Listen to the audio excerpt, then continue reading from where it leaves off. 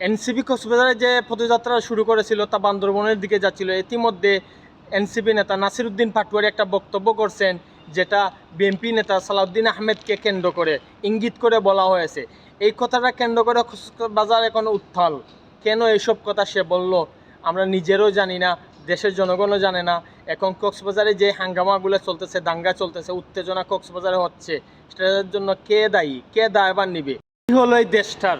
তারা আসলো স্বৈরাচার সরাতে, আইসা নিজে এখন একটা রাজনৈতিক দল গঠন করছে, করিয়া এখন এই কক্সবাজারে একটা দেখেন যা ইচ্ছা তা মুখ দিয়ে আসে তা ইচ্ছাই বলে।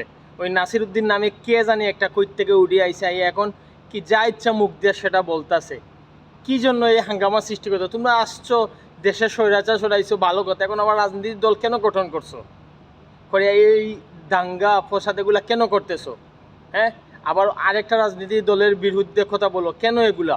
হ্যাঁ, দেখেন কক্সবাজারের অবস্থা, এই দৃশ্যগুলা, এই এত স্বৈরাচারী মানে আন্দোলনের মতো এসব হচ্ছে, এটা কি দেশের লস হচ্ছে না? কক্সবাজারে একজন বিএনপির কর্মী বলছেন তারা বাংলাদেশ জাতীয়তাবাদী দল বিএনপির রাজনীতিতে বিশ্বাস করেন, গণতান্ত্রিক দল মানে গণতান্ত্রিক দেশ হিসাবে বিশ্বাস করেন।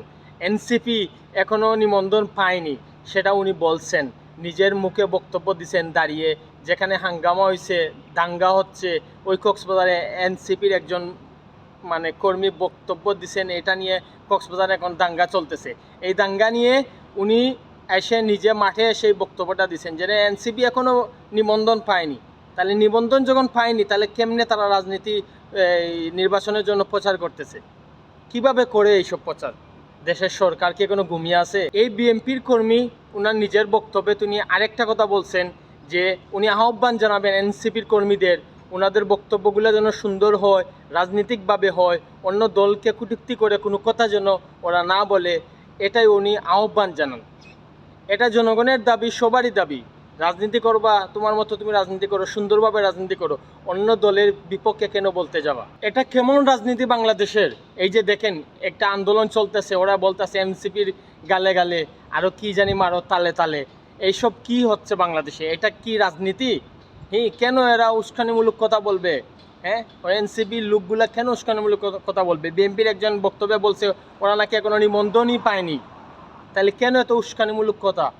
হ্যাঁ, তাহলে এই যে উত্তাল কক্সবাজার শহর, এগুলা কি মানুষের যাতায়াতের সমস্যা হচ্ছে না?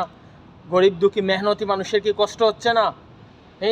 নিয়ন্ত্রণের বাহিরে চলে গেছে, প্রশাসন কিছু করতে পারতেছে না। আমি একটা কথা বুঝতে পারি না, এনসিপি যেখানেই যায় সেখানেই দাঙ্গা হয়, ঝগড়া হয়, মারপিট হয়, এলাকার উত্তেজনা সৃষ্টি হয়।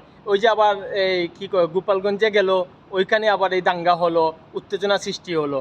দেশের জনগণের কি ওর পিছনে কি কুজলি হয় সবার যে এনসিপির পিছনে লাগবে? বুঝলাম ওইখানে আওয়ামী লীগ লাগছে এনসিপিদের পিছনে, তাহলে এখানে আবার বিএনপি কেন পিছনে পড়লো? তাহলে দুইটা রাজনৈতিক দল, পুরনো দুইটা রাজনৈতিক দল, এনসিপির সাথে কি শত্রুতা? বুঝলাম আওয়ামী লীগের সাথে শত্রুতা, তাহলে এখন আবার বিএনপি কেন এনসিপির পিছনে পড়লো?